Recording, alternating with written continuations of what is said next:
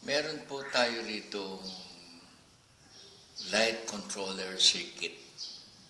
Siya po ay binubuo ng IC na LM338 at meron po tayong bulb at meron po tayong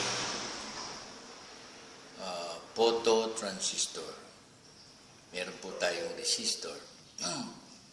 So, ang kanyang magiging papel nitong ating LM338 ay kontrolin niya yung lumalabas dito na output, which is voltage output. Papunta po sa ating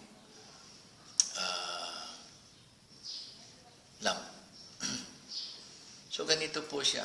No? Once na nagkaroon ka rito ng voltage input po rito, ay magkakaroon po dito ng control doon po sa output. Sapagkat ito po sa adjust pin, nadidetect niya yung ilang voltage ang pumupunta po rito. So dito, yung voltage na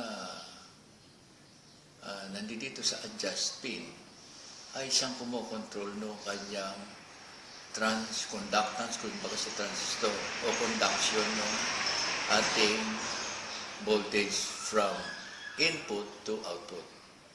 So dito meron po tayong resistor at photo transistor. So ang photo transistor ay nagtatrabaho sa pamamagitan ng base. Yung amount ng light na nasasagap niya sapagkat yung base niya ay light ang sasagapin, doon siya magkukondam. So, kapag ang input po natin ay tumaas at natural, yan ay may chain reaction, magkakaroon ng output, tataas din po yung ating ilaw.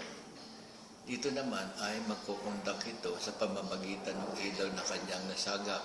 Kung masyadong malakas ang kanyang conduction, so bababa yung kanyang pin dito sa voltage dito sa ating pin adjust. Kaya ang mangyayari, liliwanag siya sandali, tapos madidetect niya masyadong maliwanag, magtatrabaho to. Ang mangyayari, bababa yung ating voltage output, babalik siya sa kanyang ilaw na talaga, yun ang talaga naka-design sa kanya. Okay. Thank you po.